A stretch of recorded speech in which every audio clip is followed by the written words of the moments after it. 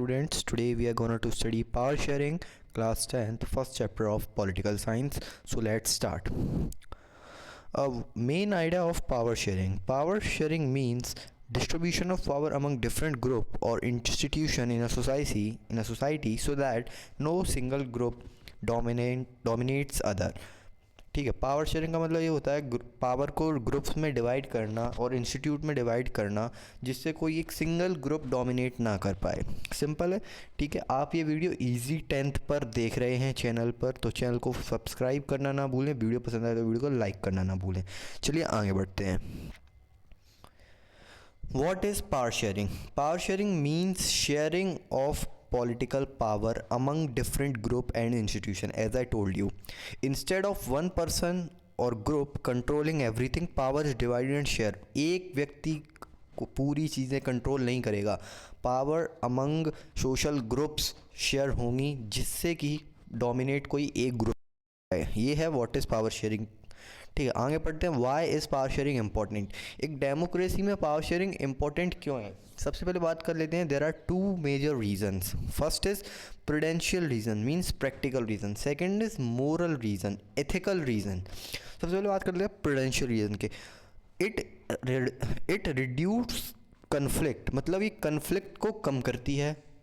Prevent violence, मतलब लड़ाई झगड़ा कम करती है। Maintain political stability, political stability maintain करती है in a democracy.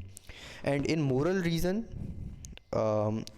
Reason people have right to participate. Okay, power should belong to the people, power जो है पीपल में बिलोंग करनी चाहिए। इसी के साथ आगे बढ़ते हैं। अब हम बात कर लेते हैं पावर शेयरिंग में हमें दो केस स्टडी देखने को मिलेंगी। एक देखने को मिलेगी बेल्जियम की, दूसरी देखने को मिलेगी श्रीलंका की। तो सबसे पहले बात कर लेते हैं बेल्जियम की केस स्टडी के बारे में। Belgium is a small European country which diverse. Belgium एक छोटी सी डाइवर्स कंट्री है, एक डाइवर्स पॉपुलेशन।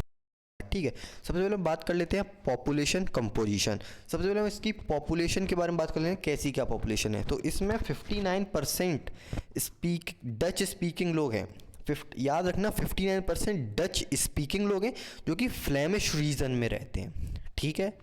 40% है French speaking and 1% is German speaking. This is very important. यहाँ से आपको क्वेश्चन देखने को मिलेगा ज़रूर पेपर में, तो आप इधर पे एक स्टार मार्क कर लेना ध्यान से। Next is in the capital Brussels. अब देखो एक बहुत ज़रूरी बात याद रख लेना कि जो कैपिटल है किसकी, बेल्जियम की, वो है Brussels. It's very important that Belgium's capital is Brussels. In Brussels पूरा मामला जो है, पूरा मतलब मेन आइडिया जो उल्टा हो जाता है। वहाँ पर 80% फ्रेंच स्पीकिंग पीपल हैं, फ्रेंच स्पीकिंग कम्युनिटी है। 80% आपको फ्रेंच स्पीकिंग कम्युनिटी दिख जाएगी, जो कि पॉपुलेशन पूरी कंट्री में 40% थी, वो कैपिटल में आके 80% हो चुकी है। और डच यहाँ पे आपको देखने पड़ेंगे 20% स्पीकिंग ओनली, जो कि डच पूरी कैपिटल में थे 59%। तो ये एक बहुत ही कॉम्प्लिकेटेड थिंग है जो कि बेल्जियम की केस स्टडी को एक बहुत ही कॉम्प्लिकेटेड टिपिकल सिचुएशन में डालते हैं। अच्छे से समझ आ गया? चलिए आगे बढ़ते हैं। ना बात कर लेते हैं एथिकल कंपोजिशन ऑफ बेल्जियम। हाँ, इधर से आपको सही से समझ आ जाएगा। सबसे पहले हम जूम कर लेते हैं अपने मैप की तरफ। ये है बेल्जियम का मैप और यहाँ पे जो आप पार्ट देख रहे हो ये है ब्रसेल्स, जो कि है कैपिटल। अब यहाँ से हम बात कर लेते हैं, ये आपको ये येलो रीजन दिख रहा है, ये येलो रीजन ये है डच स्पीकिंग रीजन। और जो आपको फ्लेमिश ये ऑरेंज रीजन दिख रहा है ये है फ्रेंच स्पीकिंग रीजन। जैसा कि आप ये this is French speaking region. And when we talk about this blue region, this is German region, which 1% population lives here who speaks German. Okay, so बात कर लेते हैं अब इसकी कंपोजिशन के बारे में। जैसा कि मैंने आपको बताया, डच यहाँ पे आपको देखने को मिल जाएंगे 59, जो कि फ्लेमिश रीजन में रहते हैं। फ्लेमिश रीजन मतलब ठीक है, मैंने आपको बता दिया है। ओके, अब फ्रेंच हैं 40% जो कि वॉलोनिया रीजन में रहते हैं। And German is only 1%। Okay, complete. Okay, next is Brussels. In capital Brussels, जब हम कैपिटल की बात करें तो वहाँ पे डच 20% है, फ्रेंच इज़ ओनली 80%। समझ में आ रहा है? फ्रेंच ओनली 80% आपको देखने के लिए मिल जाएंगे। तो ये कि एक बहुत ही कॉम्प्लिकेटेड थिंग है। फ्रेंच सर आपको 80% देखने को मिलेंगे, डच 20%, और जब हम कंट्री की बात करते हैं तो वहाँ पे आपको डच देखने को मिल जाएंगे ऑलमोस्ट 60% एंड फ्रेंच इज़ 40%। तो ये बात आप बिल्कुल मत भूलना कि जो कि कंट्री में बात करें हम पॉपुलेशन की, तो वो पॉपुलेशन बिल्कुल माइनॉरिटी में आ जाती है कैपिटल में। ओके, आगे बढ़ते हैं। Belgian model of power sharing. अब हम बात करते हैं पावर शेयरिंग के बेल्जियन में मॉडल के बारे में। Belgium solve conflict by power sharing. Belgium ने अपनी कंट्री के कन्फ्लिक्ट पावर शेयरिंग से सॉल्व कर लिए थे। उन्होंने क्या किया था? सबसे पहले इक्वल नंबर ऑफ मिनिस्टर्स, सारे मिनिस्टर्स इक्वल नंबर के थे। Dutch and French minister are equal, हाँ, जो कि डच के भी थे फ्रेंच के भी थे, दोनों मिनिस्टर्स इक्वल थे। उन्होंने कुछ स्पेशल लॉ पास कराए थे, जैसे कि important decisions require support from both communities, क्योंकि जो इंपॉर्टेंट डिसीजन होंगे वो दोनों कम्युनिटी के लिए, दोनों कम्युनिटी के मेंबर्स लेंगे। अगर कोई एक कम्युनिटी का मेंबर लेगा तो उनके साथ शायद अनफेयर रह सकता है। तो इन्होंने क्या किया, दोनों कम्युनिटी के मेंबर को इजाज़त दी कि आप दोनों अच्छे डिसीजंस ले सकते हैं, इंपॉर्टेंट डिसीजन ले सकते हैं। Next is regional government. Regional government का मतलब है different regions have their own government, मतलब अलग अलग रीजन्स के पास उनकी अलग अलग गवर्नमेंट्स थी। Community government, people share language and culture govern culture issue. हाँ, कम्युनिटी गवर्नमेंट एक ऐसी गवर्नमेंट थी जो उन्होंने अलग से बनाई थी, थर्ड टीयर ऑफ गवर्नमेंट थी। ठीक है, इसके बारे में उतना ज़्यादा इंपॉर्टेंट नहीं है, ये थर्ड टीयर ऑफ गवर्नमेंट थी। नेक्स्ट बात कर लेते हैं केस स्टडी ऑफ श्रीलंका के बारे में।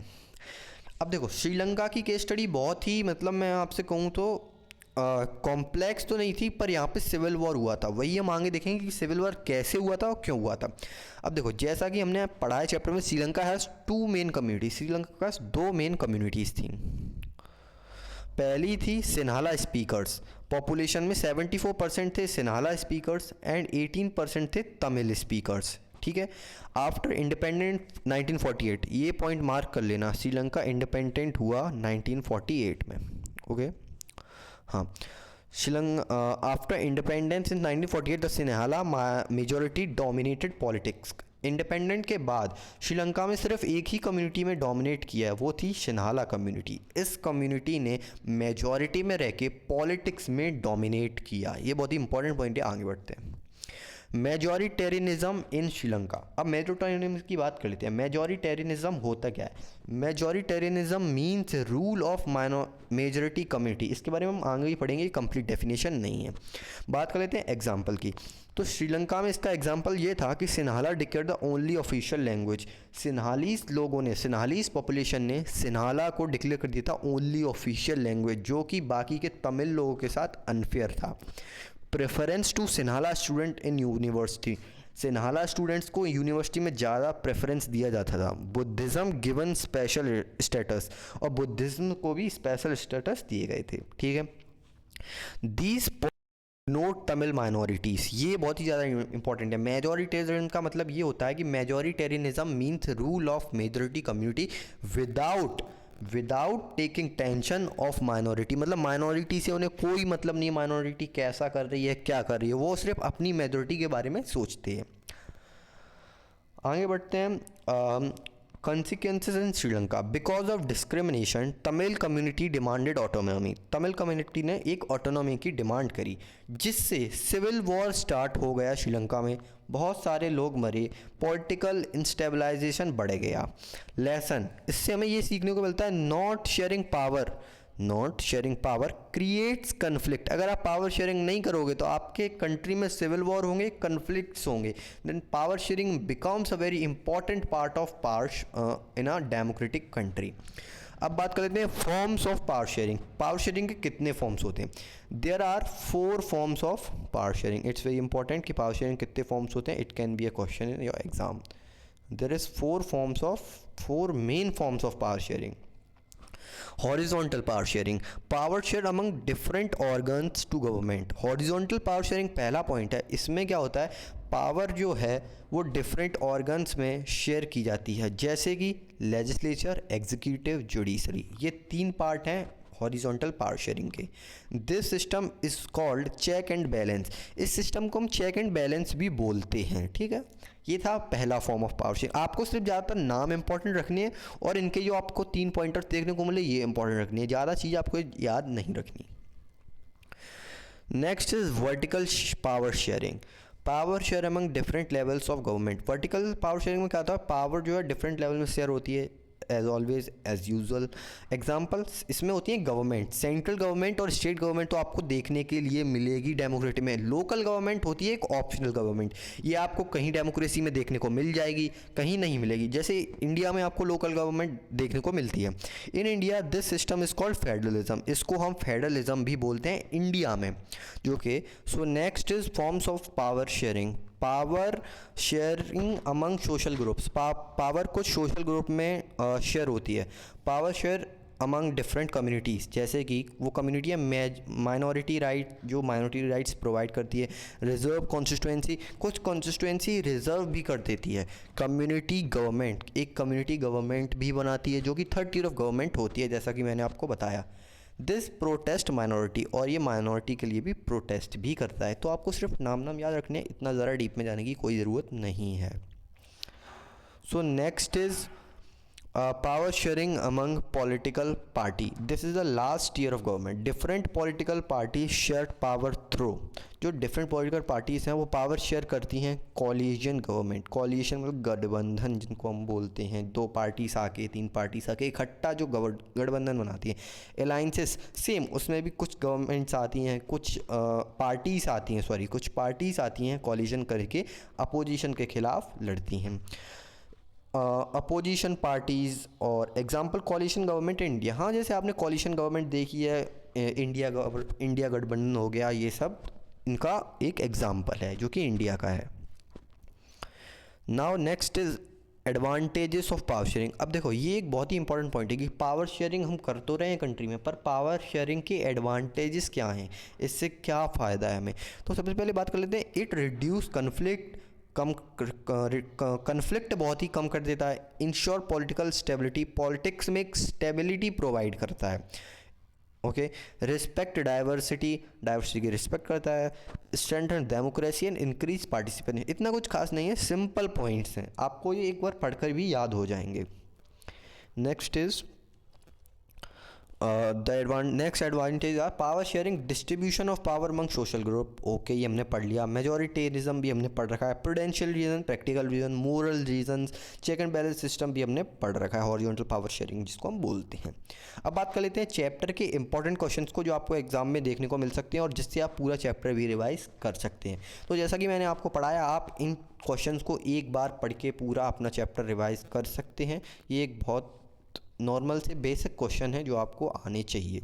सो मैंने आपको कुछ क्वेश्चन प्रोवाइड कर दिए हैं, इसका PDF आपको डिस्क्रिप्शन में लिंक दे दूंगा, उससे आप डाउनलोड कर लेना गूगल ड्राइव के दौरान, ठीक है। फिर मैंने आपको MCQ भी दे रखे हैं, MCQ के आंसर्स भी दे रखे हैं। ये MCQs भी पढ़कर आप देख सकते हैं, ये आपको एग्ज़ाम में ज़रूर हेल्प करेंगे। 5 MCQs मैंने आपको दिए हैं, 5 क्वेश्चंस आपको दिए हैं, और आपने वीडियो को लास्ट तक देखा, इसके लिए बहुत बहुत शुक्रिया। आप ये वीडियो इजी 10th प्लेटफॉर्म पर देख रहे हैं, जो कि एक नया प्लेटफॉर्म बनाया गया है। इससे आप, मेरा मोटिव है कि नए बच्चों की मदद करना जो कि क्लास 10th में है, क्लास 9th में है। और अगर आपको वीडियो अच्छा लगा हो तो प्लीज़ वीडियो को लाइक कर देना और शेयर ज़रूर कर देना, क्योंकि शेयर करने से आपके दोस्तों को भी नॉलेज मिलती है। Thank you very much.